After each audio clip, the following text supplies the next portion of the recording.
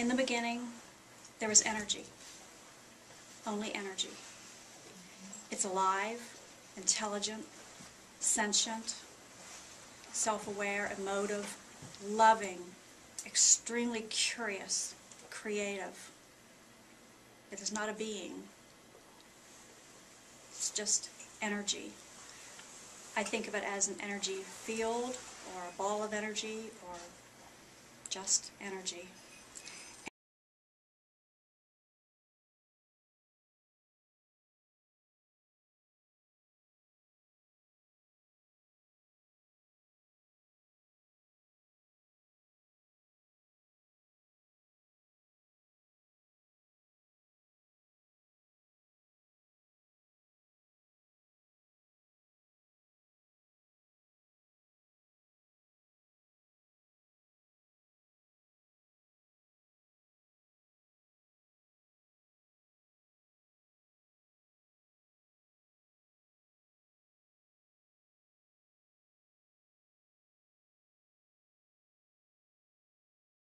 And it is what we, as we've gone through these human lives, come to call God, Yahweh, Allah, the Supreme Being, the Creator, whatever you think of as the being or entity that created us. I merged into this energy, so I know it intimately.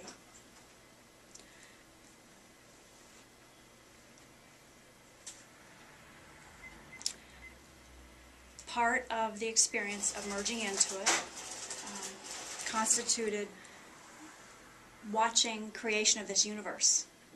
And I experienced creation from two separate perspectives. I experienced it from my own perspective as, kind of a witness watching it with, I'm sure you can understand, a lot of fascination. I also experienced it as the energy source of the universe. That's why I call it source, because this energy field that existed before our universe did created our universe. And I was inside it enough to experience creation from its perspective. You can see it tears me up. I relived it just a couple of weeks ago when I was working on my third book. And I thought I'd be able to get through this, but it's going to be hard.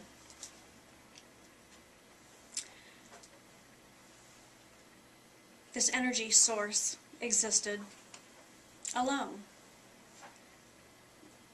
What I understand of its nature is just a little tiny bit. I'm not sure if that's because it doesn't understand its own nature, or because that's all I got, or that's all I remember.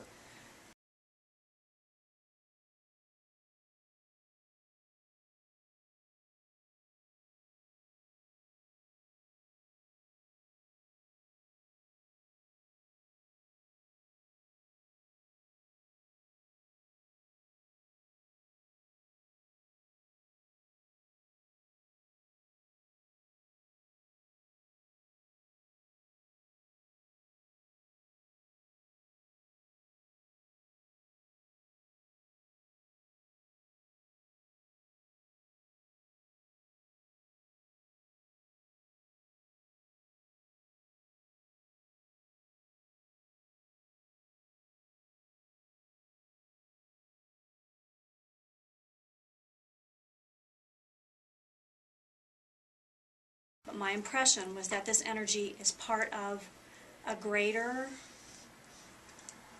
energy source, or a greater species of entities, or it's not the end-all be-all. There is something larger or greater, more powerful than it. But this energy source is definitely what we call God. This energy source was alone, experiencing itself. Like a little baby, it went through its repertoire of behaviors, emotions, sensations, getting to know itself. It learned that it's extremely and I mean excruciatingly loving, we in these bodies cannot even begin to imagine the intensity of the love this being feels for itself and everything that it creates. It realized that it had explored itself to its fullest. It understood its nature and its capabilities and its powers, its emotions, its thoughts, and came to the point where it wanted to experience what it could imagine. Things that it did not have innately, but could imagine. Things like fear. The source energy has no fear, but it can imagine fear. Pain. It feels no pain because it's not physical matter, but it can imagine pain. Hatred, betrayal, deprivation, condescension, a zillion things it could imagine, but couldn't feel or experience or live because it's not its nature. Its nature is loving and kind and giving and curious and creative and wonderful, joyful. But it can imagine not being that way. And it wanted to experience what that felt like. This being was all-knowing, just like we've been taught, our God is all-knowing.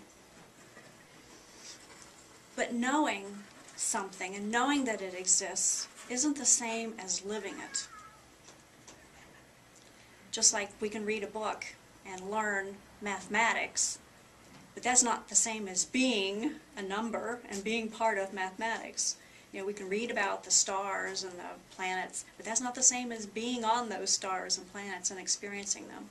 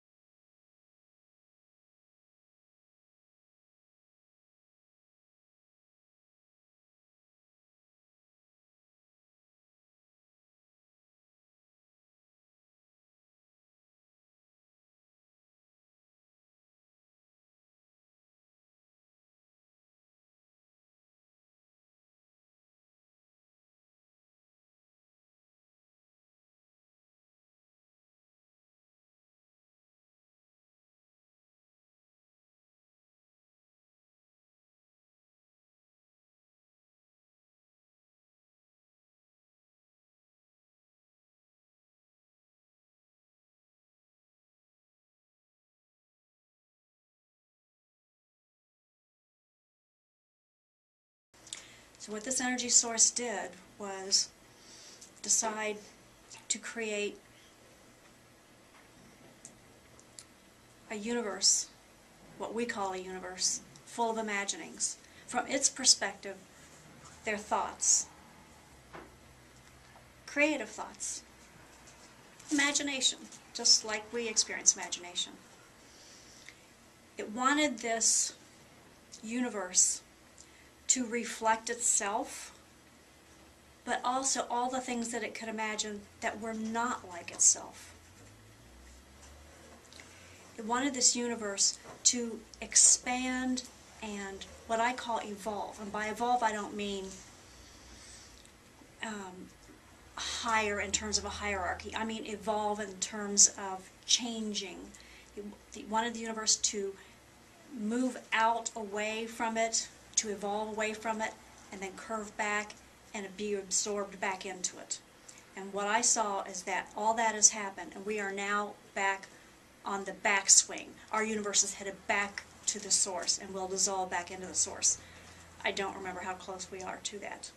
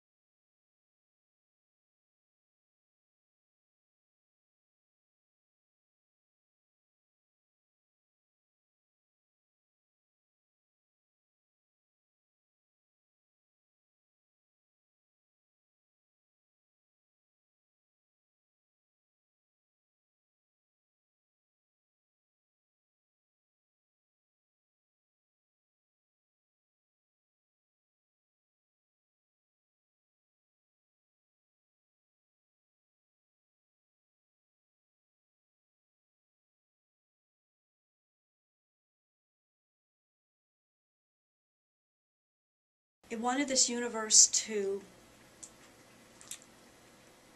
like itself, have creative processes within it.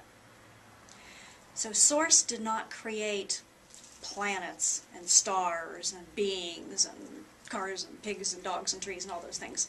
Source created the processes that would generate those things creatively in an ever-changing, ever-fascinating creation.